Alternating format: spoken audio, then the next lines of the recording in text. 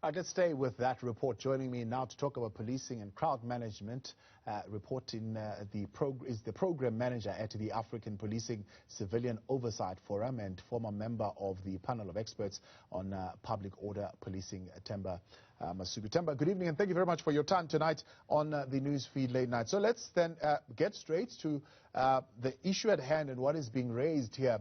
The Fulham Commission of Inquiry literally found that there are structural and systemic policing issues that need to be fixed in order to avoid a reoccurrence of what we saw in Marikana.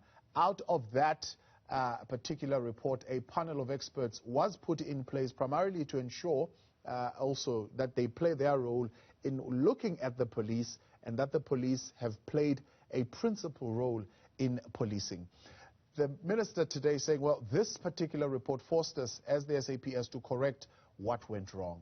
My question for you is there a sense that the police are correcting what went wrong? I'm asking this because, I mean, even as we speak right now, we've got police who are in court who are facing a situation where police used excessive force and a life was lost.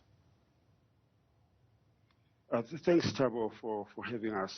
The issue of policing in South Africa is complex. You write in your introduction to say that the Fulham Commission identified systemic and structural problems that need to be fixed. So if you're going to fix public order policing, you've got to fix the institution from which it exists.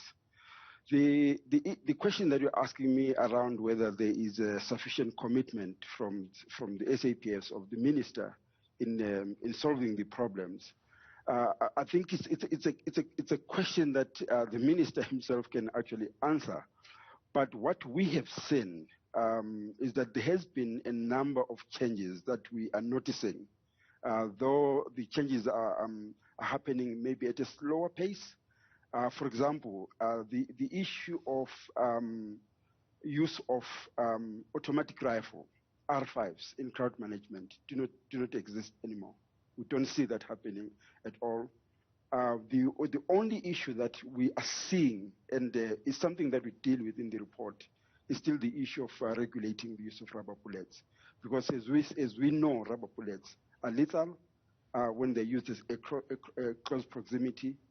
They can be used indiscriminate, which means that people that could be bystanders or people that are not necessarily involved in violence when exercising their rights can also be impacted.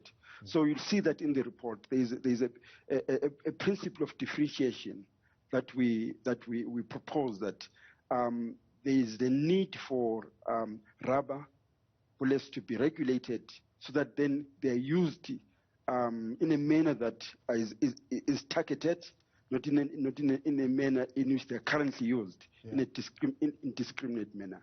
Now, there's an issue that, of course, has been sharply raised with the current FISMAS 4 protest and how it was handled. The issue of a specialized public order unit that is continually receiving training. Is that actually on the ground? Those are some of the things that were recommended by the Fulham Commission. It is an issue as well that we also recommend in this report. Public order policing is a specialized policing competency. In other words, for you to become in that unit, you first of all need to be a police officer who is trained, and then you then get appointed to serve in a specialized policing unit, which means that you receive additional training. The issue of training, even in our own investigation as we're compiling this report, is that the unit is not receiving regular training that will keep them constantly aware, that will ensure that they're up to date when it comes to tactical awareness. They're up to date in terms of responding in a manner that is effective and efficient. So that on its own is not happening at the level, and there are reasons for that. Part of the reasons is that public order policing members also get deployed to perform other duties that are not related to public order policing. Yeah. And that we identify as a serious problem, because even when there is no public order issues, that is when police officers in those units should be going back to training to sharpen their skills and tactical awareness.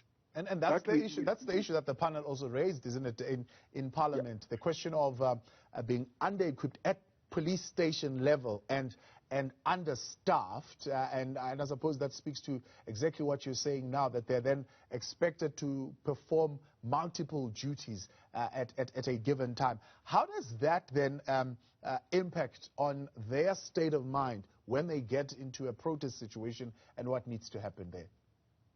Absolutely. One of the things that we see around public order is that when there's a level 1 or level 2 public order situation, police stations are deployed to deal with the situation. So at that stage, level 1 and level 2 is a situation that is still manageable, and there are no protests that are violent. So stations are deployed. But there's a problem there in terms of when police stations respond, the level of training becomes a challenge, because even at that stage, you need, for example, to engage in negotiations. So there are public order procedures and tactics that even at an early stage are required around negotiating with the protesters, around using correct equipment and tactics. Because one thing that we see is that immediately there is a protest, when police stations, particularly from visible policing, police members that are not necessarily trained to manage crowds, then they respond with rubber, they respond with tear gas. When that happens, it changes the situation, the public order situation. By the time trained units are deployed, the situation has already changed, and their response it requires them to act in a particular manner. So our recommendations is around strengthening visible members of the visible units to receive adequate training, because they are critical, including the Metro Police, for example. Metro Police in many urban areas would be the first to respond.